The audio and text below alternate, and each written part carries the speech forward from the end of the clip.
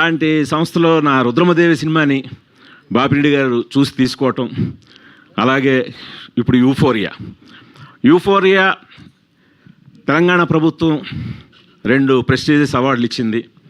So గౌరవించింది, గుర్తించింది.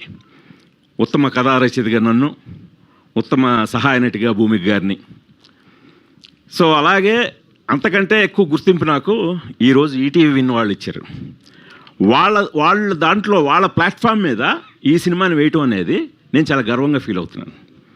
కొందరు అదే ఇందాక నితిన్ గారు చెప్పినట్టు బోల్డ్ కంటెంట్ కదా ఇదని చెప్తున్నాను. 1-2 ఓటీటీ సంస్థలు కొంచెం సంశయించాయి.